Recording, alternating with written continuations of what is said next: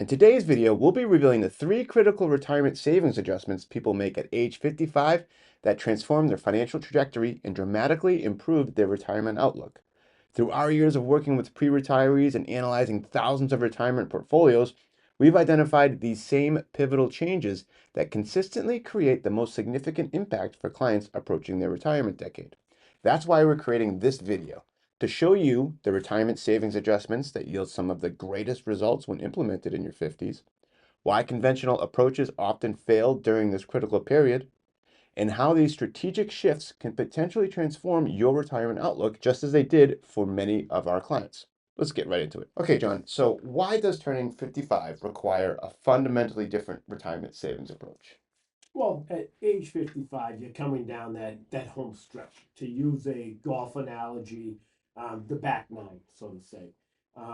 We call it the retirement red zone. It's the 5 to 10 years before retirement that are very critical, and just as critical as the first 5 to 10 years in your retirement. You just want to make sure that you are on the right path. You're in the guardrails to the retiree planning. And that 5 to 10 years prior to retiring and taking a look at things, it allows you to get a fair assessment of where you stand. Are we on the right path? Are we in the guardrails? And maybe it gives you enough time to make adjustments if necessary. So, what specific retirement situations change at age 55? Well, at age 50 to 55, you're allowed to do the catch up contributions inside the 401k plans. Mhm. You at age 55, you have the 72T or the Rule 55 that's become available to you. And then we also like to look at risk tolerance versus risk capacity. We've done that before, and I love talking about that. We're going to get to that in a minute. But first, the first thing you mentioned was catch-up contributions. Let's go into that a little bit more. What changes with your ability to put money into your retirement plans once you hit age 50 and more specifically age 55? Yeah, so at age 50, you are allowed to increase the catch up contributions into your 401k plan. So you're normally allowed to add 23,500 of pre tax dollars into your 401k. Once you hit the age 50, there's a catch up that says, hey, you can increase that by an additional $7,500. Okay. So that helps those individuals who are maybe they got started a little later, they can add more money into their 401k plans. Maybe they feel like they haven't saved enough and they want to kind of increase their income. I always say around that age, maybe your kids are starting to graduate college, your expenses may be down, Okay. your house may be paid off, you're getting closer to retirement, you might be in your max earning year, so you're able to contribute that. Okay. And That then kind of on helps. That reduces your taxes for that year, then, right? As exactly, well. Okay. it reduces your income for that. Yeah. Okay. And then on top of it, the at age 60 to 63, you can actually increase that 7,500 up to 11,250. Wow. So you can really kind of not boatload, but you can shove a lot more into those retirement savings over the next couple of years. Yeah, you're doing it most times where at that age you're at your peak earning years, and it has a real impact. It helps you kind of you know fast forward that retirement savings down that home stretch. Do the timings of the contributions make a difference in maximizing the acceleration of your Yeah, retirement? obviously, if you're saving earlier and often, that's always a big help for retirement planning. Um, some individuals may like to front load their 401k contributions in a given year. So let's say you can contribute 23,500 to your 401k. Some individuals like to take the 23,500 and kind of get it into the 401k account early in the year. So that way they Okay. front load. That front loading can have some, great benefits if the Mhm. market does well. That's money that you have in the account already growing versus putting that money over a 12-month period of time. But on the flip side, it can have a negative effect if the market goes down right out of the gate versus dollar cost averaging throughout the year. So I have a buddy, his brother does the front loading thing that we were just talking about, and the strategy is makes sense, especially for someone who's like, I'd probably spend the money throughout the year, right? But then there's also the idea that you can, instead of, hey, I need to be diligent and front load this money and have it take care of it for me, there's other people who just like to automate this process, right? I just want to be able to take this and every year I want it to increase by a certain percentage. What are the pros and cons of something like that? Yeah, so with the automation, Adam, some people, as you work through the years, you might make more money, you Hmm. may get a bonus. So what happens with the automation, you're going to automatically take some of that raise you got or that bonus, and more money is going to go towards your 401k plan versus just going into your paycheck. Now it goes into your savings account, and then it kind of drips out of there towards expenses and spending. It sets it up so that automatically a certain percentage of that pay increase will now go towards your 401k retirement plan. That's smart because it kind of forces you to save in a way. Like you don't even it doesn't even come into your paycheck. It goes right into that contribution account before you even see that money in your hand, right? Exactly. But that's a problem that I would have is probably spending a little bit more. Um, so before we move on, this conversation might have you thinking a little bit more about your retirement strategy. And to get help with that, fill out your questionnaire in the description, and we can analyze your plan and send you a personalized video showing you exactly how to implement these changes for your specific situation. So, okay, let's discuss why investment reallocation at 55 requires a strategic approach rather than a formulaic or generalized one. Sure. Well, you hear these rules of thumb where they say take 100 and minus your age. Hmm. Okay, so for a simple one, it's take 100. If you're 50 years old, it should say 50% of your money should be in equities, and then 50% should be in bonds or Okay. fixed income. It's a very generalized advice, right? Yeah. What happens with that and why it's not necessarily a great approach is because it doesn't know if you've saved enough money, doesn't know your risk tolerance, Hmm. doesn't know if you haven't saved enough, and it also doesn't know what's going on in market climates. Yeah. So, for a perfect example, in the year 2022, what we experienced was interest rates were going up. The Federal Reserve was raising interest rates, Hmm. and as interest rates go up, the value of bonds will decrease.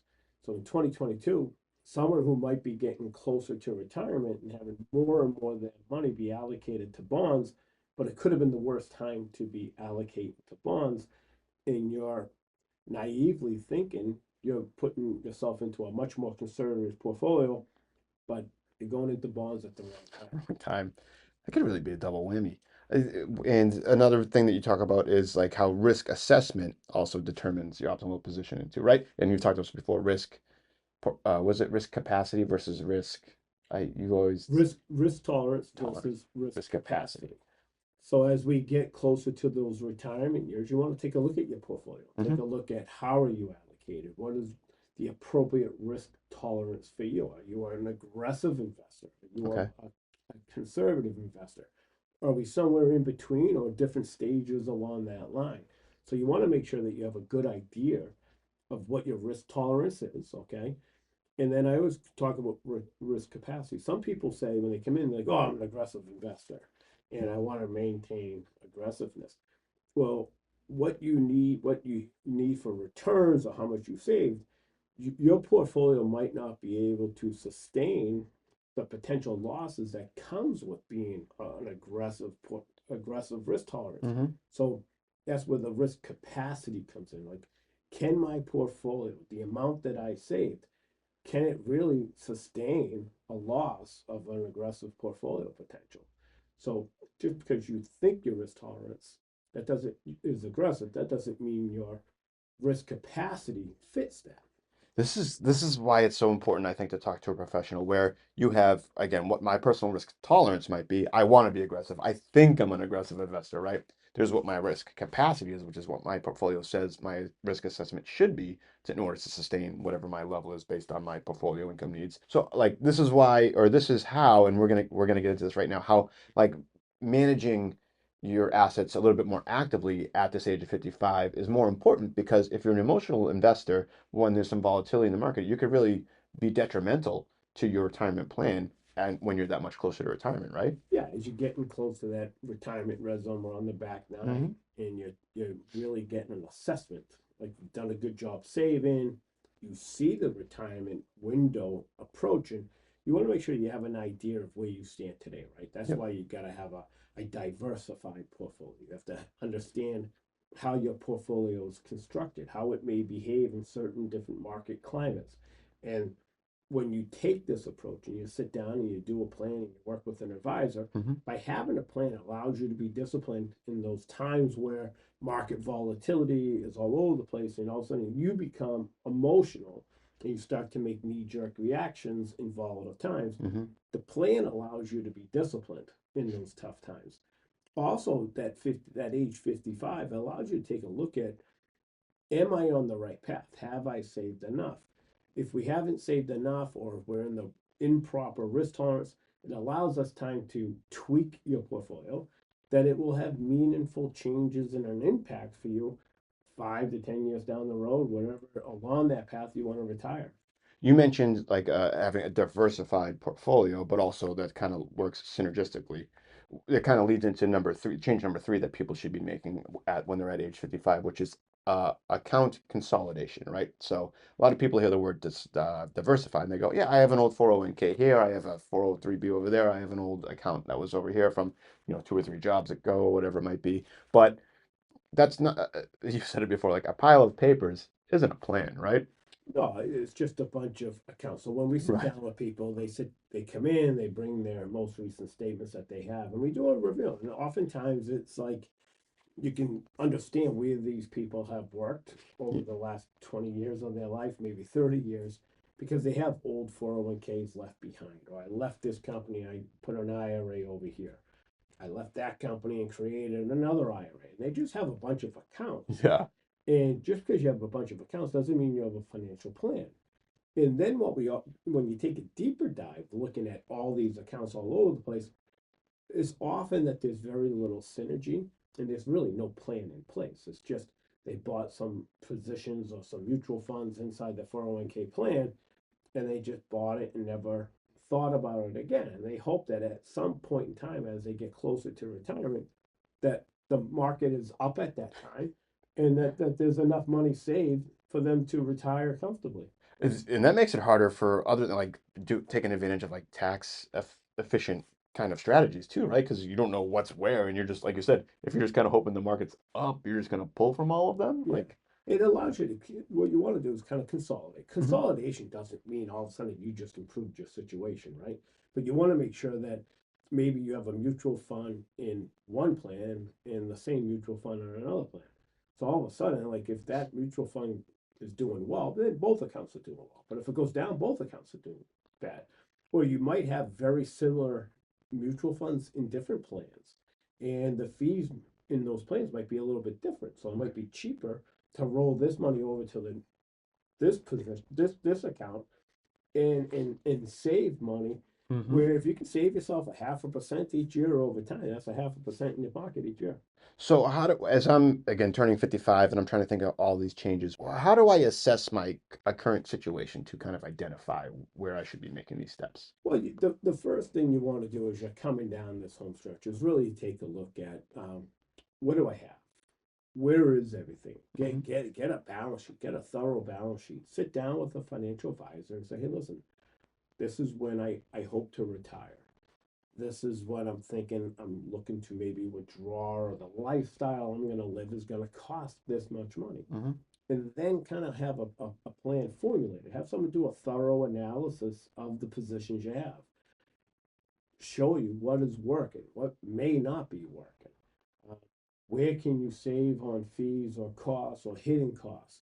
And then come up with a strategic plan that is really fits your unique situation, your unique goals, and then you'll have a better understanding. Am I on the right path? If we're on the right path, great. Let's just enhance it.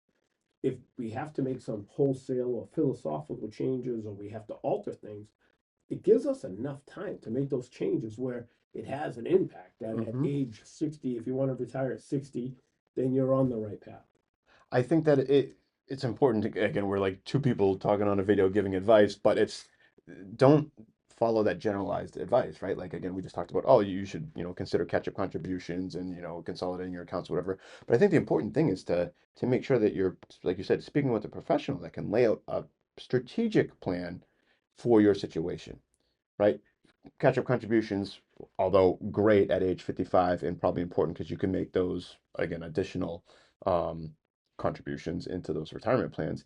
if you already have, $1 million in your 401k, you might not need to be contributing more to that, right? Depends on what your needs are and how you're going to be positioned later on, right? Yeah, it could be an example where someone, today they're in a high tax rate and their income is high enough that they're paying at a higher tax rate, Mhm. where contributing more to their 401k may push them into a higher tax rate down the road when they have to start making withdrawals. So you want to make sure that you understand, am I taking advantage of a Roth 401k in my plan, so that those Yeah. future distributions to you are tax free, but you pay at today's tax rate. What's your current tax rate versus your future tax rate? We want to make sure that we have a pretty good understanding of where that is, so that we're not paying higher taxes today to pay higher taxes down the road. Yeah, double whammy right there, all Exactly. because you followed some generalized advice from somebody online. That's very important, and I think that as we start to get into this and we talk through some of these bullet points here, as we're going through that, I mean, we're two people talking, we're trying to give advice, and somebody's on here watching these videos trying to learn a little bit more. Again, they're 55, they're starting to get near retirement, and they're like, okay, I need to figure out my retirement situation. What are what are some things that they can be doing today to help their situation that isn't just, hey, do this? Yeah, above and beyond the catch-up Yeah, contributions, looking, consolidating. right. I always say, you want to speak to a professional. Your retirement is not your neighbor's retirement. So you and your neighbor shouldn't follow the exact same advice. Right. Okay. In today's economy, good financial advice is critical. I think it's important that you work with a financial advisor who is committed to listening to you, understanding what your concerns are, Hmm. understanding what your unique situation is, and then from that, coming and designing a plan that meets your needs in how you envision retirement. No two retirement plans are alike, and no two retirements are. Hmm. And I think now that you understand that those critical retirement saving changes that happen at age 55 that can transform your retirement trajectory, if you're looking for a lot more specific help with your retirement plan, you should fill out the questionnaire in the description. And John or one of the partners here will analyze your current situation and send you a personalized video showing you how to implement these changes for your specific situation. Make sure you understand that it's for your specific situation. John, thank you so much for taking the time to go over this with everyone. It's always my pleasure, Adam. Until next time, take care.